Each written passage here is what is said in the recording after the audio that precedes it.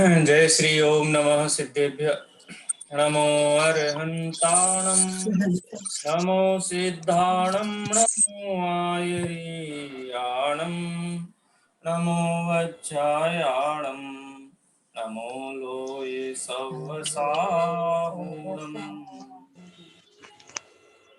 यदीये चैतन्ये मुकुरैव भावाश्चिदचिदा समं भान्ति द्रव्य वेदसन्तो जगत्साक्षी मार्गो प्रकटन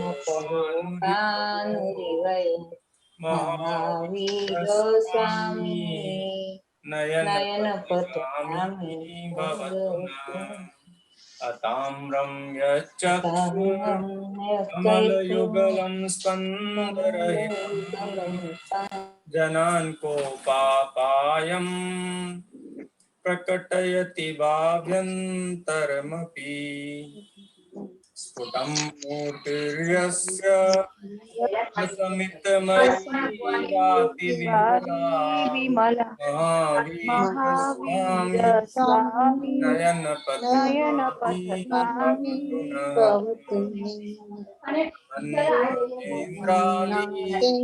मुकुटमणिपादाम्भोज वयमिह यदीयं शान्ति प्रभवति जलं महावीर स्वामी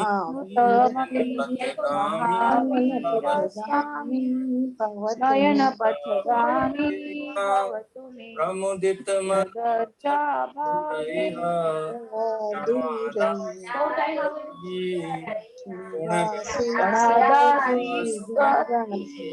गुणगण समृता सुखनिधि प्रबन्धे सद्भक्ता शिवसुख समाजं सदा महावीर स्वामी नयन पथगामी तनुर्ज्ञान निभवो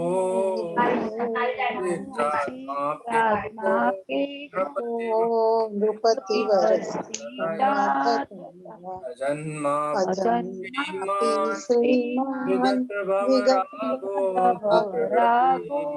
महावीर स्वामी नयन पथगामी भवतु यदि गंगा विविध नयनलोल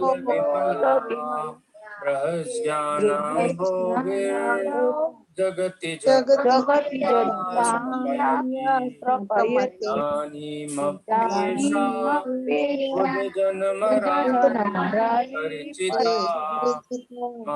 महावीर स्वामी नयनपथगामी भवतु अनिर्वारोद्रैक त्रिभुवन जयिकाम सुभद्र अवस्थायां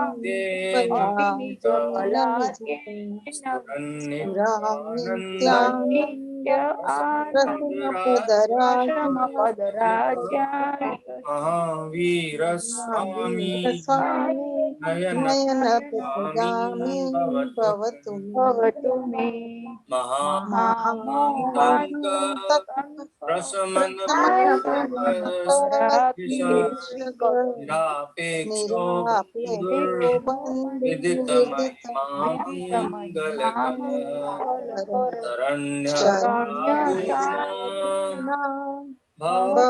भवभूतामुत्तम गुणो महावीर स्वामी नयनपथगामी भवतु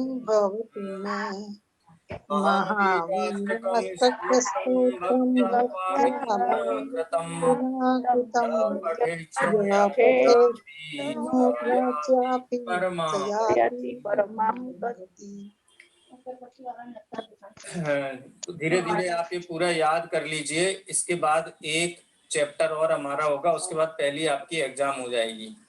ठीक है, 3 चैप्टर्स का एक एग्जाम होगा, ऐसे 3-3 चैप्टर्स का एग्जाम लिया जाएगा और ईयर के एंड पे सबको हम एक साथ रख करके उसका जो रिजल्ट है वो बनाएंगे। चलिए, आज शास्त्रों का अर्थ समझने की जो पद्धति है उसके ऊपर ही हमारी चर्चा आज चलेगी, शास्त्रों के अर्थ समझने की पद्धति के ऊपर।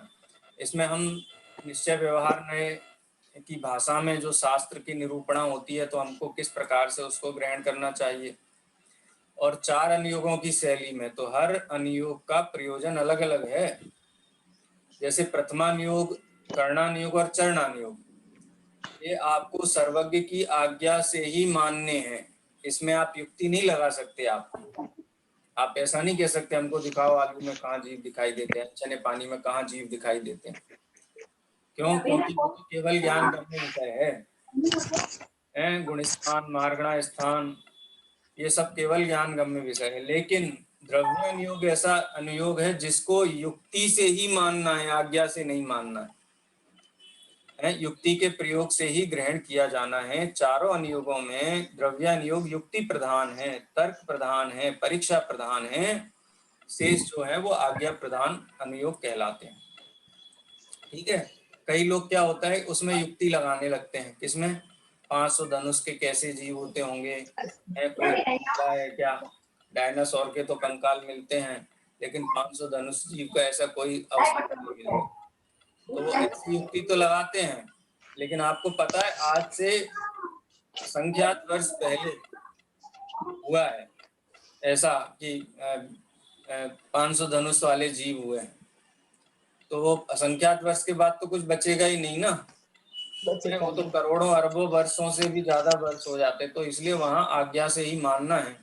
और दूसरी बात यह है कि प्रथमानुयोग, कर्णानुयोग और चरणानुयोग में आज्ञा से मानने में कोई हानि नहीं है।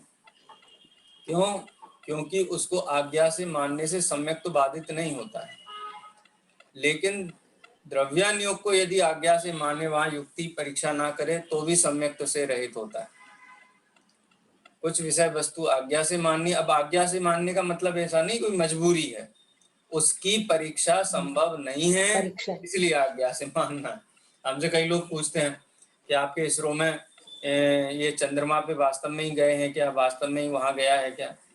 तो सर्वज्ञ भगवान के ज्ञान में झलका है, ना तो किसी वैज्ञानिक के प्रत्यक्ष ज्ञान का विषय है और ना हम उसकी परीक्षा कर सकते हैं। वो भी एक अनुमान से मानते हैं, तो उस अनुमान के हिसाब से तो ये निर्धारित ही नहीं किया जा सकता कि वो सत्य है।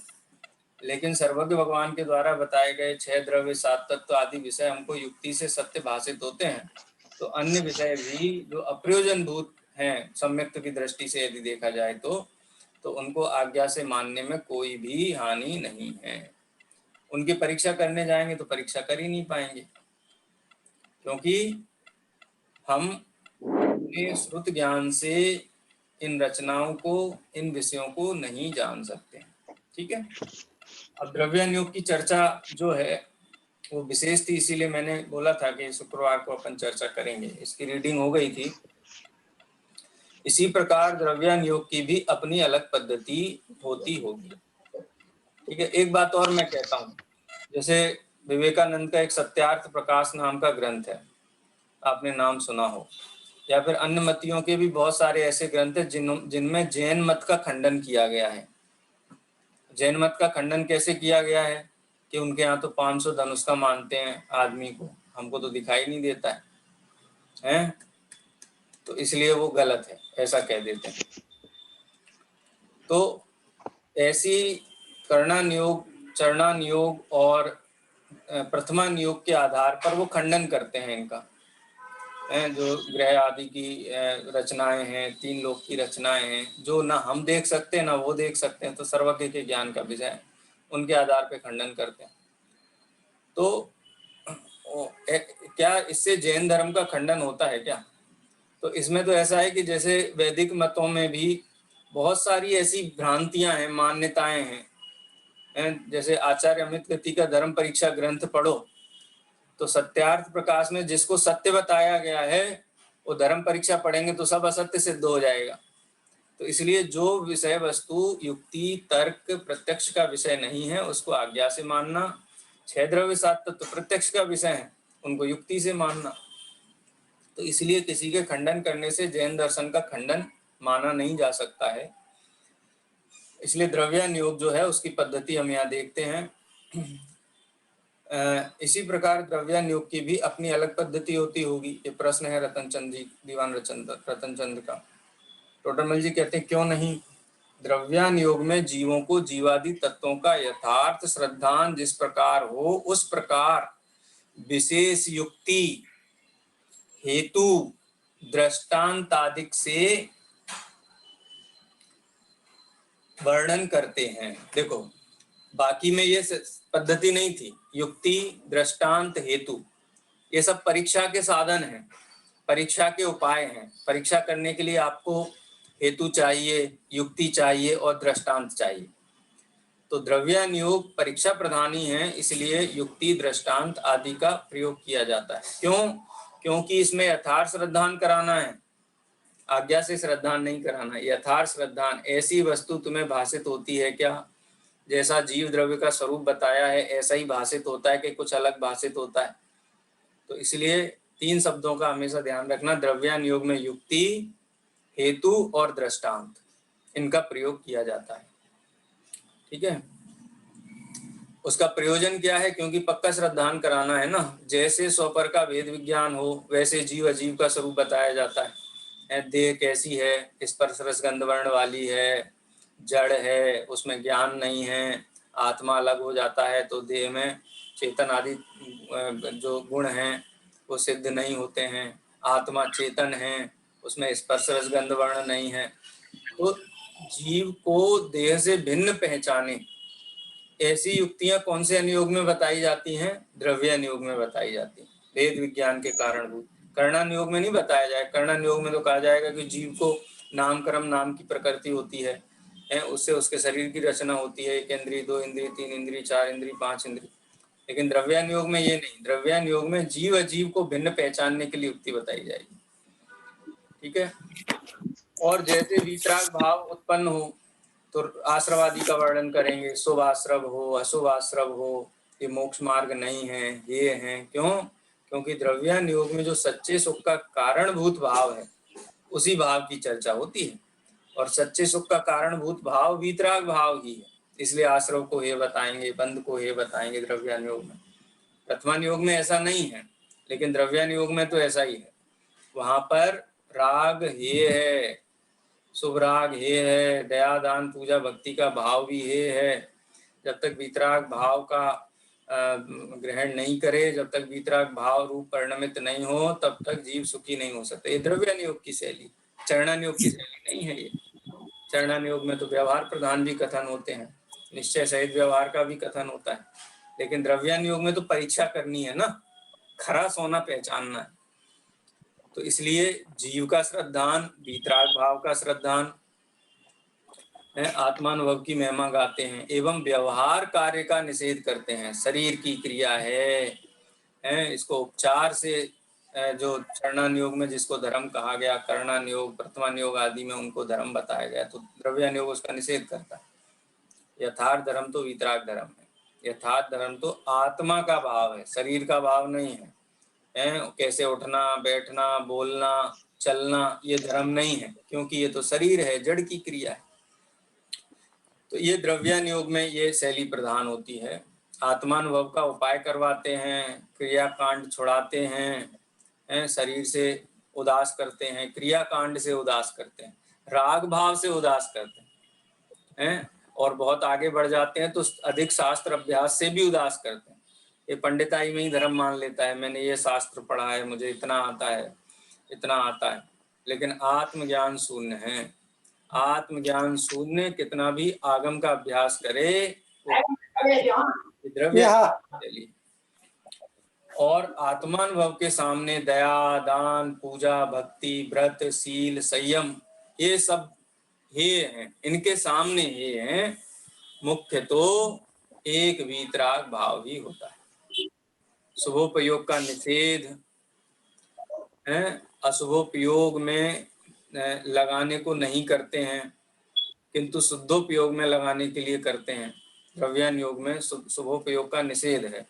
लेकिन शुभोपयोग का निषेध का मतलब क्या है? बहुत से जीव ऐसे निश्चयभाषी हो गए, क्या होता है दया दान पूजा भक्ति से, हम तो नहीं करना, हम तो अपनी दुकान संभालेंगे, जो मन में आएगा सो खाएंगे, अयत्नाचार प्रवृत्ति करेंगे हैं, क्योंकि समय सार में कहा है कि आत्मा तो शुद्ध बुद्ध चैतन्य घन है, पर से भिन्न है, शरीर से भिन्न है, किसी को अड़ता नहीं है, किसी का करता नहीं है।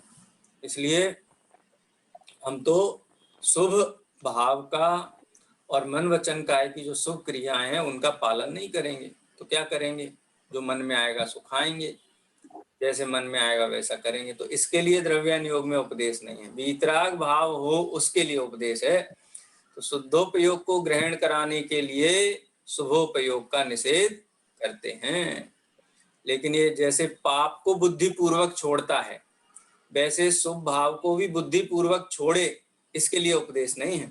क्योंकि शुभ भाव बुद्धि पूर्वक नहीं छूटता है, यानी जीवों का शुभ भाव है ना, उन ये भावना बातें हैं कि मैं दया दान पूजा भक्ति है, ये परिणाम मुझको नहीं है, नहीं, शुद्धोपयोग में चढ़ते हैं तो अपने आप छूट जाते हैं। लेकिन अशुभ भाव बुद्धि पूर्वक छोड़ना होता है, संकल्प पूर्वक छोड़ना होता है। ऐसा हम नहीं करेंगे, किसी जीव की हिंसा नहीं करेंगे, असत्य भाषण नहीं करेंगे, कुशील नहीं करेंगे, परिग्रह नहीं रखेंगे, हैं, चोरी नहीं करेंगे। ये अशुभ भाव तो बुद्धि पूर्वक छोड़े जाते हैं। और शुभ भाव, कोई अनुयोग है जिसमें शुभ भाव शुभ क्रिया अणुव्रत छोड़ने का उपदेश दिया गया, महाव्रत छोड़ने का उपदेश दिया गया, गुप्ती समिति परिचय जय इनको छोड़ने का उपदेश दिया गया? नहीं दिया गया। क्यों? क्योंकि ये तो छूट जाते हैं। इनके प्रति उपादेय बुद्धि ना होने पर शुद्धोपयोग में जो जीव जाता है उसको छूट जाते हैं। लेकिन 5 पाप को छोड़ने का उपदेश है चरणान योग के ग्रंथों में। तो द्रव्यान योग में, चरणान योग में तो अशुभ का निषेध किया है, लेकिन द्रव्यान योग में शुद्धोपयोग ग्रहण कराने के लिए शुभोपयोग का भी निषेध किया जाता है। छुड़ाया नहीं जाता है, निषेध किया जाता है। श्रद्धा में वस्तु का जो स्वरूप है वो स्वीकार करे, इस अपेक्षा से। ठीक है, इस प्रकार ये चारों अनुयोगों की कथन पद्धति है। ठीक है, तो किसको किस प्रकार से ग्रहण करना है अपने को मालूम होना चाहिए। देखो, सगे मामा को भी मामा कहते हैं, ठीक है, मामा के दोस्त को भी मामा कहते हैं, और दोस्त के मामा को भी मामा कहते हैं, ननिहाल में जो मिल जाए उसको भी मामा कहते हैं। तो सब मामा एक जैसे हैं क्या? हैं? प्रथमान योग में भी किसी को धर्म कहा है, चरणान योग में भी किसी को धर्म कहा गया है, करणान योग में भी किसी चीज को धर्म कहा गया है, द्रव्यान योग में भी किसी को धर्म कहा गया है। तो वो धर्म क्या सब एक जैसा ही है? तो एक जैसा नहीं है। जहाँ ज्યાં જ્યાં જે જે યોગ્ય છે તहाँ समझવું તે हैं, ત્યાં ત્યાં ते ते आचरे आत्मार्थी जन ये हैं। शादी का प्रसंग है, मामा के द्वारा कोई विधि संपन्न की जानी है, तो दोस्त के मामा से काम चल जाएगा कि नहीं चल जाएगा? पर उसको तो मामा कहते हैं। तो सच्चा सुख प्रकट करना है तो उस धर्म से काम चल जाएगा, जो धर्म पूर्वा भील ने धारण किया था कि मैं कौए का मांस नहीं खाऊंगा। श्रेणी मान सकते हैं इस भाव से, हैं? अरे कौए का मांस नहीं खाऊंगा, उसमें तो ये गर्भित है कि बाकी मांस का तो भक्षण करता था। तो वहां तो कुछ ना कुछ प्रतिज्ञा ली गई, नियम लिया गया, दृढ़ता पूर्वक उसकी प्रशंसा की गई है, उसके बाकी जीवन की प्रशंसा नहीं की गई है। ये तो हमने पढ़ा ना, प्रथमान योग की कथन पद्धतियां क्या हैं, चरणान योग की कथन पद्धतियां क्या हैं। तो हर अनुयोग के कथनों का जो वजन है, जो प्रयोजन है, वो अलग अलग है। हर दवाई अलग अलग तरीके से खाई जाती है।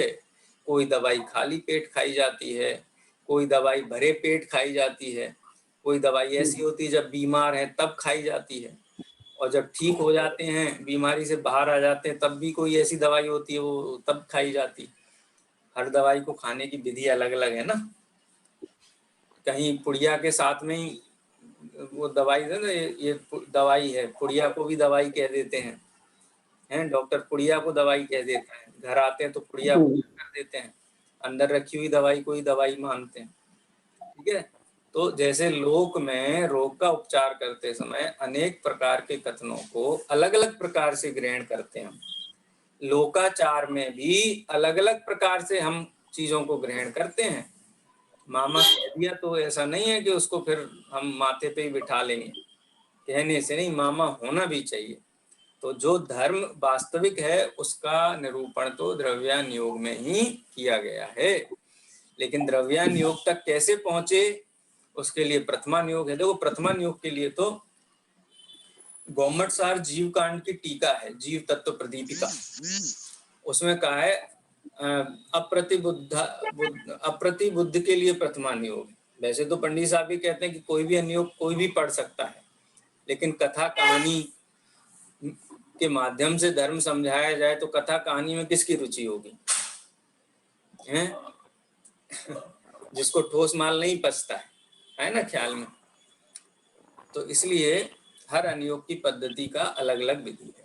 गुरुदेव श्री की एक बात जरूर हमको यहाँ याद रखनी चाहिए, बहुत महत्वपूर्ण बात है कि आगम में व्यवहार नए का कथन क्यों किया गया है या किसके लिए किया गया है, कि जिसको वस्तु का सच्चा स्वरूप समझाने पर जिसको पचता नहीं है, जिसको समझ में नहीं आता है, उसके लिए व्यवहार नए का कथन है। जैसे किसी का जो है ना, क्या बोलते हैं, जठराग्नि इतनी मंद हो गई हो, कुछ पचता ही नहीं है, कुछ टिकता ही नहीं है, तो और शरीर में कुछ जाएगा नहीं तो पोषण भी नहीं मिलेगा, पोषण नहीं मिलेगा तो जीवित नहीं रह पाएगा।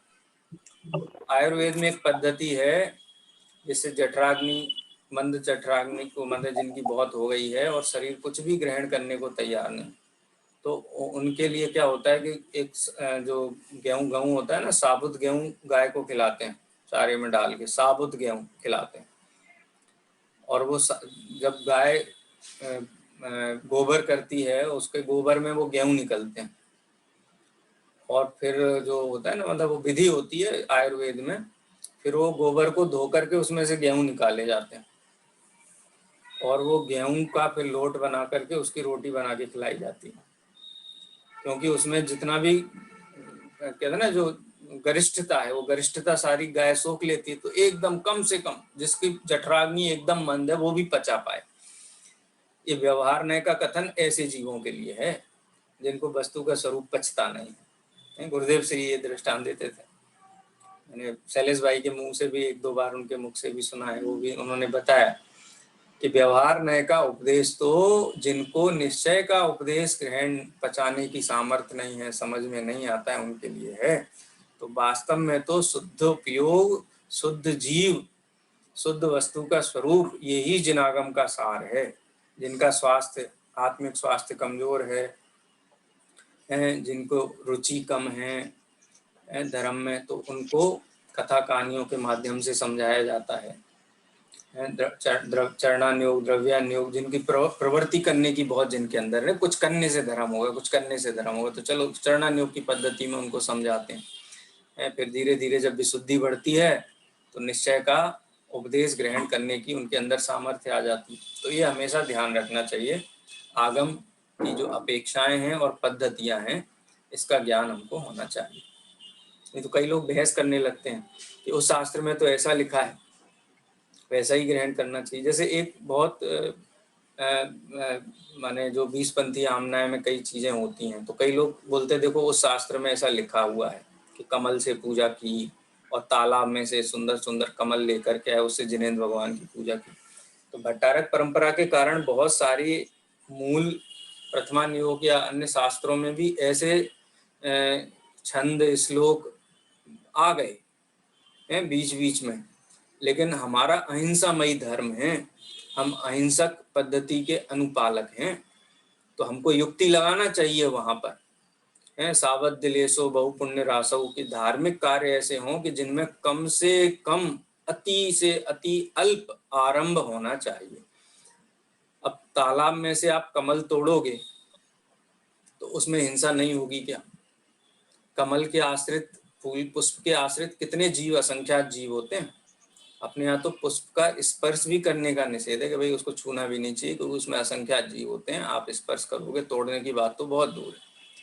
तो क्या ये अहिंसक जैन पद्धति में इस प्रकार की पूजा पद्धतियां हो सकती हैं। अब कोई क्या शास्त्र में लिखा है, किसी शास्त्र में लिखा है, तो शास्त्र में हमें युक्ति लगा करके ग्रहण करना चाहिए। ऐसा नहीं है कि लिखा है तो बस मान लिया। तो क्योंकि शास्त्र पूर्वापर विरोध रहित हैं। अब कई पूजा की किताबें हैं जिनमें पीछे कई लोग ऐसा लिख देते हैं कि अगर तुमको शनि का प्रकोप है तो ये मंत्र पढ़ो, मुनि सुब्रताय नमः। तो हम कहे कि ऐसा क्यों बोल दो, तो जिनवाणी में लिखा हुआ है, जिनवाणी किताब में लिखा हुआ है। तो जिनवाणी की किताब में लिखने से वो परम सत्य हो गया क्या है? इसलिए युक्ति और आगम परस्पर अविरोधी होने चाहिए। यदि कोई कथन ऐसा मिलता है तो हमको उस कथन को भली भांति समझना चाहिए। नहीं तो क्या होगा, यजय यष्टव्यम है, अज से पूजा करनी चाहिए। अज का मतलब क्या होता है? जिसका दोबारा जन्म ना हो। दोबारा जन्म किसका नहीं होता है? तो जो चावल हैं, तंदुल हैं, अक्षत हैं, वो दोबारा उगते नहीं हैं। लेकिन अज का लोक में एक अर्थ और प्रसिद्ध है, बकरा है, ही गॉट। तो वो उसने, वसु ने ऐसा अर्थ किया है कि बकरे को होम करना चाहिए, उसकी बलि चढ़ानी चाहिए। तो ये तो जैन दर्शन के विरुद्ध हो गया ना। तो अनियोगों को इस प्रकार से युक्ति सहित समझना चाहिए कि उनमें कोई भी परस्पर विरोध ना हो। खाली लकीर के फकीर बन करके शास्त्र का अभ्यास नहीं करना चाहिए। उसमें अहिंसा का पालन हो, वीतरागता का पोषण हो, अकर्तावाद का पोषण हो, अनेकांतवाद की स्थापना हो, जो कि मूल रूप से जैन धर्म है। खैर बहुत सारी चर्चाएं हैं, आगे बढ़ते हैं। इस प्रकार चारों अनुयोगों की कथन पद्धति अलग अलग है, पर सबका एकमात्र प्रयोजन वीतरागता का पोषण है। किसी से परंपरा से वीतरागता का पोषण है और किसी में तात्कालिक वीतरागता का पोषण है। जैसे द्रव्यान योग में तात्कालिक वीतरागता का पोषण है, लेकिन चरणान योग में परंपरा से वीतरागता का पोषण है। कोई चरणान योग में कहेंगे अणुव्रत लो, महाव्रत लो, निवृत्ति लो। क्यों लो? इससे कसाय परंपरा कम होगी, विशुद्धि बढ़ेगी, विशुद्धि बढ़ेगी तो तत्व समझ में आएगा, समझ में आएगा तो वीतरागता होगी। प्रथमान योग में भी जो महापुरुष हैं उनके जीवन की कथाएं बताई जाती हैं, पाप पुण्य का फल बताया जाता है और अंत में वीतरागता को उपादेय बता करके कथा पूरी की जाती है कि इस प्रकार से भगवान ने उत्तम ध्यान करके वीतरागी परिणति को धारण करके छपक श्रेणी मान करके सिद्धालय में गए। वो एक बात, एक लाइन में वो बात आएगी। पूरी कथा तो पूरी पाप पुण्य की चलेगी, लेकिन अंत में वीतरागता को ही उपादेय बताया जाता है। इसी प्रकार से कर्णन योग में 14 राज उतंग नव लोक पुरुष संतान तामे जीव अनादित्य भरमत है विज्ञान, पूरा लोक बता देंगे पहले तुमको। फिर क्या कहेंगे, देखो इस लोक में ये जीव बिना वीतरागता के, बिना सम्यक दर्शन के, बिना सम्यक ज्ञान के घूम रहा है, इसलिए सम्यक दर्शन ज्ञान चारित्र प्रकट करो। तो ऐसे वीतरागता का ही पोषण किया जाता है। कहीं तो बहुत राग आदि छुड़ाकर अल्प राग आदि कराने का प्रयोजन पोषण किया जाता है, कहीं सर्वराग आदि छुड़ाने का पोषण किया जाता है, किंतु राग आदि बढ़ाने का प्रयोजन कहीं भी नहीं है। बड़ी बीमारी से छोटी बीमारी पे लेकर के आते हैं, कहीं छोटी बड़ी सारी बीमारियां छुड़ा करके निरोग बनाते हैं। जहां जैसा प्रयोजन, जहां जैसी स्थिति हो उसके अनुसार। लेकिन ऐसा नहीं होगा कि छोटा राग छोड़ करके बड़ा राग का पोषण हो, छोटा पाप छोड़ करके बड़े पाप का पोषण हो। ये शास्त्र में नहीं होता है। मैंने बताया भी था आपको, अष्टमी चतुर्दशी को रात में अन्न का त्याग कर दिया, लेकिन रात को क्या खाने लगे? जमीकंद उबाल के खाने लगे, बटाका उबाल के खाने लगे। तो ये कोई शास्त्र की आज्ञा है क्या? अन्न नहीं खाएंगे लेकिन वो जमीकंद खा लेंगे, ऐसा नहीं है। इसलिए अधिक राग छुड़ा करके अल्प राग और अल्प राग छुड़ा करके वीतराग, ये पद्धति शास्त्र की होती है। और जो 3 परिभाषाएं हैं पंडित जी साहब की, हमेशा याद रखनी चाहिए। हैं, बोलो दवाई किसे कहते हैं? मैं आपसे पूछूं, दवाई किसे कहते हैं? औषधि किसे कहते हैं? कि जिससे रोग घटे उसे औषधि कहते हैं। हैं, सम्यक दर्शन किसे कहते हैं? ऐसे श्रद्धान को सम्यक दर्शन कहते हैं जिससे संसार घटे। राग घटे। हैं, सम्यक ज्ञान किसे कहते हैं कि ऐसे ज्ञान को सम्यक ज्ञान कहते हैं जिससे राग घटे, संसार घटे, संसार का अभाव। सम्यक चारित्र किसे कहते हैं? ऐसी प्रवृत्ति, ऐसा आचरण जिससे राग घटे, संसार घटे, दुख घटे, आकुलता घटे, उसको सम्यक चारित्र कहते हैं। कितनी सरल परिभाषा है। जिससे सुखी हो ऐसे श्रद्धा को सम्यक दर्शन कहते हैं, जिससे सुखी हो ऐसे ज्ञान को सम्यक ज्ञान कहते हैं, जिससे सुखी हो ऐसे चारित्र को सम्यक चारित्र कहते हैं। लेकिन उल्टा मानना, लोग उल्टा मानते हैं। बोले चारित्र किसे कहते हैं? जिसमें कष्ट हो, जिसमें तकलीफ हो, उसको चारित्र कहते हैं। ये जैन धर्म की परिभाषा नहीं है। धर्म का मार्ग तो सुखकारी है, मार्ग भी सुखकारी है और मार्ग का फल भी सुखकारी है। पहले कष्ट उठाओ, बाद में सुख मिलेगा। तो अणुव्रत, महाव्रत क्या कष्टकारी है क्या? ये तो संवर्तत्व संबंधी भूल हो गई। यदि हम कष्टकारी मानते हैं, मुनि बनना आसान नहीं, बहुत कठिन है, बहुत तकलीफ उठानी पड़ती है, ये संवर्तत्व संबंधी भूल है, निर्जरा तत्व संबंधी भूल है। इसीलिए यहाँ पंडित साहब ने 3 परिभाषाएं दी हैं। अतः प्रत्येक अनुयोग की पद्धति का यथार्थ ज्ञान कर जिनवाणी के रहस्य को समझने का यत्न करना चाहिए। ठीक है। शास्त्रों के अध्ययन में कहीं कहीं परस्पर विरोध भाषित हो तो क्या करें? इस पंडित जी साहब का सुझाव है। हमको कहीं पढ़ते तो कहीं कोई बात लिखी होती, कहीं कोई बात लिखी होती, तो हमको लगता है कि ये तो समझ में ही नहीं आता। हर पंडित अलग अलग अर्थ करता है, अलग अलग बात कहता है। तो पंडित सही बोल रहा है कि गलत बोल रहा है, कैसे पहचानो? है, ये प्रश्न होता है ना। कई लोग कहते हैं देखो भैया, शास्त्र में क्या लिखा है कोई फर्क नहीं पड़ता। कोई पंडित कुछ बता देता है, कोई पंडित उसका उल्टा बता देता है, तो हमको तो समझ में ही नहीं आता है। जैसा पंडित वैसा सत्य। बोले नहीं, इसकी परीक्षा विधि है। देखो, किसी शास्त्र में मंदिर निर्माण का उपदेश है किसी के लिए, और किसी के लिए मंदिर निर्माण को पाप भाव कहा गया है। तो मंदिर बनाओगे तो ये पाप का काम है, तुमको नहीं करना चाहिए, ऐसा भी उपदेश है। और मंदिर बनाना चाहिए, ये बहुत उत्कृष्ट काम है, ऐसा भी उपदेश है। गृहस्थों के लिए, श्रावकों के लिए मंदिर का निर्माण करना चाहिए, ये उपदेश है। और मुनियों के लिए, यदि उनको आरंभ परिग्रह के कार्य में रुचि है तो उनके लिए पाप है। तो अब किसको कैसे ग्रहण किया जाए? तो उनकी भूमिका के अनुसार उसका ग्रहण होना चाहिए। जिनवाणी में परस्पर विरोधी कथन नहीं होते हैं। हमें अनुयोगों की कथन पद्धति का एवं निश्चय व्यवहार का सही ज्ञान नहीं होने से विरोध भाषित होता है। यदि हमें शास्त्रों के अर्थ समझने की पद्धति का ज्ञान हो जावे तो विरोध प्रतीत नहीं होगा। अतः आगम का अभ्यास का प्रयास रखना चाहिए। मोक्ष मार्ग में पहला उपाय आगम का ज्ञान कहा है। सुखी होना है तो सबसे पहला, प्रथम तो आगम का अभ्यास होना चाहिए। पंडित साहब ने पहले ही अध्याय में ये बात कही, प्रथम आगम का अभ्यास हो। आगम का अभ्यास कैसा? किताब उठाई, पढ़ ली, रख दी, रोज आधे घंटे का नियम नहीं, युक्ति का अवलंबन। युक्ति का अवलंबन लेकर के बात कही है, सो किस प्रकार है, मेरे लिए किस प्रकार से प्रयोजनभूत है, मेरे किस प्रकार से काम में आ सकती है, ये युक्ति का अवलंबन होना चाहिए। अतः तुम यथार्थ बुद्धि द्वारा आगम का अभ्यास किया करो, तुम्हारा कल्याण अवश्य होगा। ठीक है। देखो, एक अभी जब सुमत प्रकाश जी भाई साहब वस्त्रापुर मंदिर बीच में एक बार आए थे, अष्टानिका में किसी प्रसंग पर रुके थे। उस समय उनका पाप और पुण्य के ऊपर प्रवचन चल रहा था। पाप और पुण्य में क्या अंतर है? पुण्य भी पाप है। किसी के लिए कोई चीज पुण्य है तो किसी के लिए वही चीज पाप है।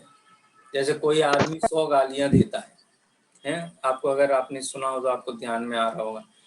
कोई आदमी 100 गालियां देता है तो किसी भगवान ने उसको समझाया कि देखो अच्छी बात नहीं है, तुमको गालियां नहीं देनी चाहिए। तो वो कहता है कि नहीं, क्या करें, निकल जाती है हमारे मुंह से। तो वो अभ्यास ऐसा पड़ गया है, ऐसी संगति रही हमारी, निकल जाती है हमारे मुंह से। तो हमारा मुंह से गाली निकलना तो बंद नहीं हो सकता।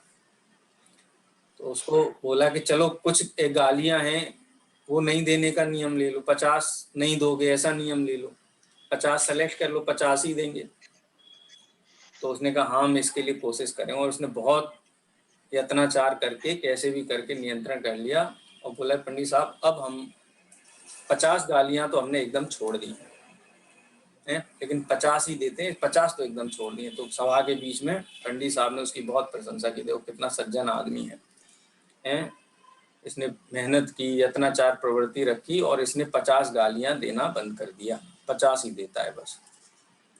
अब दूसरा श्रोता ये उपदेश सुनकर के लगे देखो ये आदमी 50 गालियां देता है तो इसकी तो बड़ी प्रशंसा हो रही है, तो मैं भी अभी तो एक भी नहीं देता हूँ तो मैं भी 50 देने लगता हूँ तो मेरी भी प्रशंसा होगी, है ना। इसको कहते हैं कि जो उपदेश है वो उपदेश में प्रसंग, व्यक्ति, प्रयोजन हर चीज देखनी चाहिए।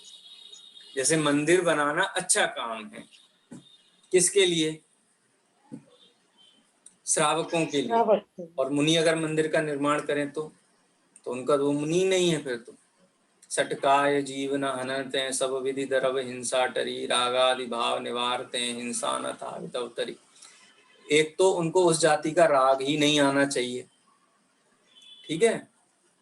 और कोई कहे कि हमको राग नहीं आता है, लेकिन हाँ ठीक है मंदिर बनेगा तो लोगों धर्म की प्रभावना होगी, तो उसमें कृत कारित या अनुमोदना से, कृत से शामिल नहीं हो, किसी को करने के लिए भी नहीं बोला। अगर मन से भी ऐसा कह रहे बन जाए बहुत बढ़िया, इतना बड़ा हो, इतना विशाल हो, पहाड़ के ऊपर हो और ऐसा सुंदर दिखाई दे, तो आरंभ परिग्रह का कृत कारित अनुमोदना एक जैसा फल है। शास्त्र आदि में किसी प्रसंग के अनुसार प्रथमा नियोग के शास्त्रों में निरूपण करना अलग बात है, लेकिन प्रत्यक्ष किसी को प्रत्यक्ष निर्माण कार्य के लिए कृत कारित अनुमोदना का निषेध है। तो किसी कहीं पुण्य को उपादेय बताया गया, कहीं कसाय को भी उपादेय बताया गया। जैसे सूकर ने युद्ध किया उससे सिंह के साथ में, एक गुफा में, सिंह की गुफा थी, उसमें मुनराज आकर के विराजमान हो गए हैं। वहां से सूकर निकला तो उसने देखा कि अंदर तो दिगंबर मुनि विराजमान है, पूर्व के कुछ संस्कार होंगे, तो वहीं बैठ गया। बोले सिंह आएगा तो उपसर्ग करेगा, उनको खा जाएगा। तो बैठ गया, सिंह आया तो उसने घुसने नहीं दिया। तो वो जो लड़ा होगा तो लड़ने में बुद्धि या जो भी कह लो आवेग कसाय का ही होगा ना, तीव्र कसाय के बिना तो ऐसा काम नहीं बनता है। लहूलुहान हो गया पूरा जी जान से उसने युद्ध किया, तो उसके इस कार्य की प्रशंसा की गई। क्यों?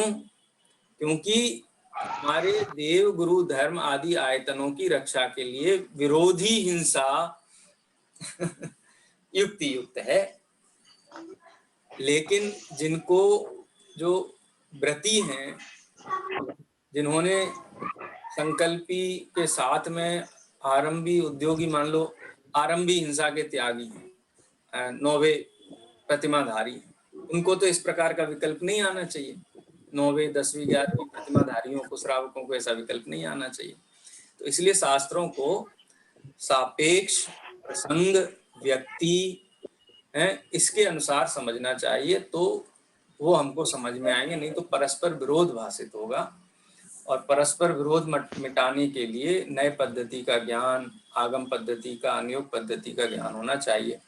पंडित साहब ने विस्तार से इसमें चर्चा की है पाठ में। आपको विशेष अभ्यास करना हो तो मोक्ष मार्ग प्रकाशक का 8वां अध्याय अवश्य पढ़ना चाहिए। 5-6 पन्ने का है, लेकिन आपके पास हो ना तो आप आज के आज ही पढ़ लेना, 15-20 मिनट में हो जाएगा, ठीक है। यहीं विराम लेते हैं, आज समय हो गया है, जिनवाणी स्तुति करेंगे। निज निधि निज में बताई यह अनंत उपकार है, इसके लिए जिन वाणी माँ को वंदना सतबार है, वंदना सतबार। लक्षांग जिनवाणी माता की जय हो।